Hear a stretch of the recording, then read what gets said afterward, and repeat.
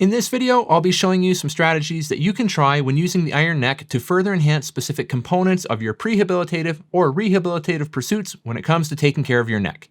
So let's get to it. What's going on, everyone? Thanks so much for checking out this video. We're diving right into it here. Timestamps are in the description below just in case you want to jump to any particular section of this video, as I know that your time is valuable and I certainly want to respect that. All right, we need to start off with a bit of housekeeping here. I'm a physical therapist, but I am not your physical therapist. As a result, I can't tell you whether or not anything in this video is appropriate for you. So if you're not sure what's causing your neck pain, be sure to get things checked out by a qualified healthcare professional. When it comes to necks, there can be a lot that's just causing different types of pain and dysfunction. So make sure you have a clear understanding of what's going on if you have any hesitations with performing exercises for your neck. Now, for what we're going through here in this video, these strategies will work for any iron neck model that you're using. I'm using the Pro model, but these strategies work just the same if you're using the starter model or the varsity model as well.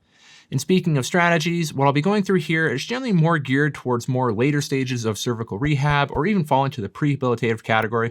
So keep that in mind just in case you're starting out with this device or you're brand new to it or you're just in the very early stages of your rehab. All right, strategy number one, change your base of support. Now, the base of support is everything when it comes to fine-tuning certain aspects of the challenge required for you to complete specific movements when using the iron neck. As a result, don't be afraid to try some movements that you would otherwise perform standing in either a tall kneeling or a half kneeling position. Now, my favorite strategies for incorporating additional challenges into some of the iron neck exercises are to use a half kneeling position with a rather narrow base of support. What's great about the half kneeling position is that you can go from a rather wide base of support to a very narrow base of support quite quickly and easily. As well, you can alter the extent of your base of support in rather fine increments, which helps you to find the optimal challenge for your needs. Now, if you want to feel for yourself just how challenging this can be, try this. Go into a half kneeling position and with a wide base of support, rotate your upper body as far as possible in either direction. Then narrow your base of support so that your heel and your front leg is in line with the knee of your back leg.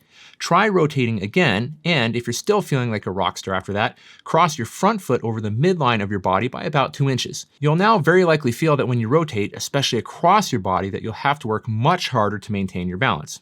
And so how does this translate into your neck? Well, in short, doing upper body rotations or even just cervical rotations left and right while having to fight for just a bit of stability will act as a form of perturbations for your neck muscles. Now, perturbations in this context simply refers to external forces that your neck muscles must stabilize against. So with your neck hooked up to the iron neck while your lower body occasionally wobbles and fights for achieving stability, two things are going to happen. The first is that your neck muscles will be required to intermittently contract to help stabilize against the loss of balance that's occurring beneath your neck. Now, the second thing is that your neck muscles will also simultaneously contract in order to prevent the resistance band attached to the device from pulling your neck forwards towards the band's anchor point. The result is a unique demand placed upon some of the neck musculature that otherwise doesn't occur when performing rotational-based exercises with a stable base of support beneath you. Now, if kneeling isn't your thing, you can also try performing different neck movements, such as rotations, while either standing on one leg or on a soft surface, or standing in what we call a tandem or tight tandem stance. The result is ultimately the same. Your neck will have to fight against some additional directional forces as you wobble side to side or forwards and backwards. Now for strategy number two, incorporate shoulder and upper back movements into your training. Now, anatomically speaking, the neck and the shoulders are separate areas of the body.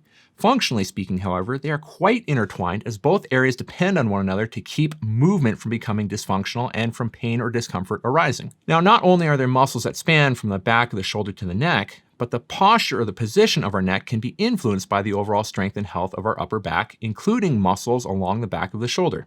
Now, if you'd like to read up a bit more on this, you can read up on a condition known as upper crossed syndrome, as this will kind of talk you through some common postural dysfunctions that people have, along with the aches and pains that present with it. So incorporating movements to activate and strengthen some of these muscles can be an outstanding move to make when it comes to helping your neck become as strong, robust, and pain-free as possible. Now, since we're going after muscles on the back side of the body, it's best to do pulling-based exercises, as these will challenge those particular muscles the most. So grab some resistance bands and try doing movements such as your Ys and Ts or even your Is if you want to build a bulletproof neck. Now, one other added feature of doing shoulder movements is the fact that your neck muscles will be holding what we call an isometric contraction throughout the entire duration of your shoulder repetitions for each set. Now, this is a solid way to work on improving the endurance of your neck muscles, as muscular endurance is just as important as muscle strength. And for strategy number 3, incorporate both strategies when needed. So take strategy number 1 and number 2 and put them together. Now, whether you're looking for just a bit more variety or you're looking for an increased challenge, incorporating both previously mentioned strategies at the same time can also be another effective way to help you get the most out of your iron neck training. Now, these exercises and movements I'm showing in this video are really just the tip of the iceberg when it comes to finding movements that can create additional challenges or even just make your routine a bit more exciting. So there you have it, a couple of great ways to take your cervical strengthening or your neck rehab to the next level, provided it's appropriate for you to do so. Now, hopefully you got something helpful or insightful out of this video, and if you did, it would mean a lot to me if you hit that like button.